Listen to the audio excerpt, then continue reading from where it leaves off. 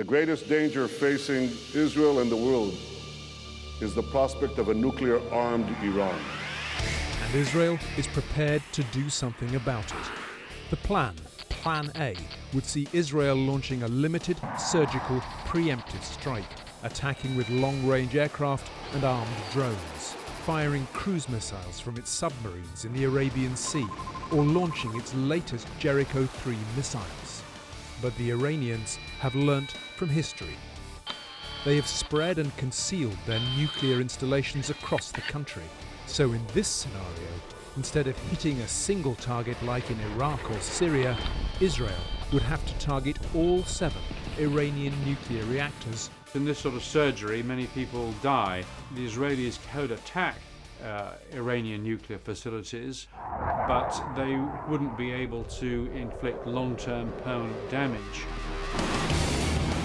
And Iran would have to retaliate.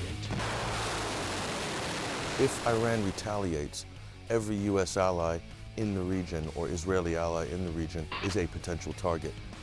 Iran's ally, Syria, could also join in. Plus Iran's proxy forces, like Hezbollah in Lebanon, would fire rockets into Israel. And there's the possibility of unconventional attacks on Israeli interests across the world. An Israeli attack on Iranian nuclear facilities would likely only accelerate the Iranian desire to obtain nuclear weapons. So this idea that you would attack certain facilities in Iran and leave Iranian retaliatory capabilities intact breaks every rule in the military and political playbook. So, what's Plan B? The United States and the international community are determined to prevent Iran from acquiring nuclear weapons. The US military have had plans really since the fall of the Shah for military action. Cyber warfare is stage 1. Stage 2, in the military sense, would be massive ordnance air blast bombs, or MOAB, mother of all bombs. This is the most powerful traditional military non-nuclear bomb that the US has in their arsenal. There are also new generation of bunker busters. An American strike would be neither limited nor surgical. A massive American attack on Iran would be able to attack some 10,000 different aim points, more or less overnight. Their plans would destroy all Iranian air and sea bases and hit all known nuclear facilities. Iran would be left in flames. The Americans would claim that these were surgical strikes, although I'm sure there would be very, very considerable casualties, of course, but mostly off camera. If the US or Israel hit a nuclear reactor that is going at full steam, you have the potential of a giant dirty bomb, and then the civilian deaths could be in the hundreds of thousands.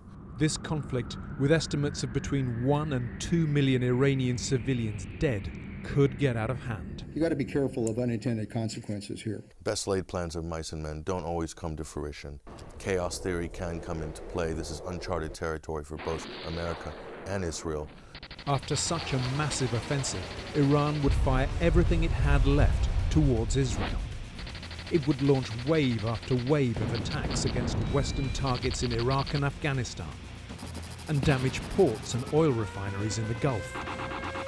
The US would ask its NATO allies for support, dragging Turkey and the 2 nuclear powers, Russia and China, reluctantly into the conflagration.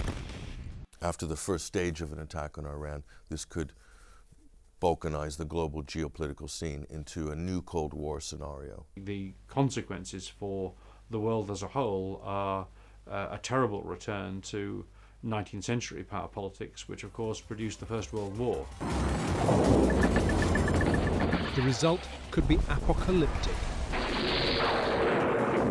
A new wave of global violence could follow, and soaring oil prices would be the final blow to a global economy in chaos. Are such doomsday scenarios bluff, psychological warfare, or is the world really prepared to go this far?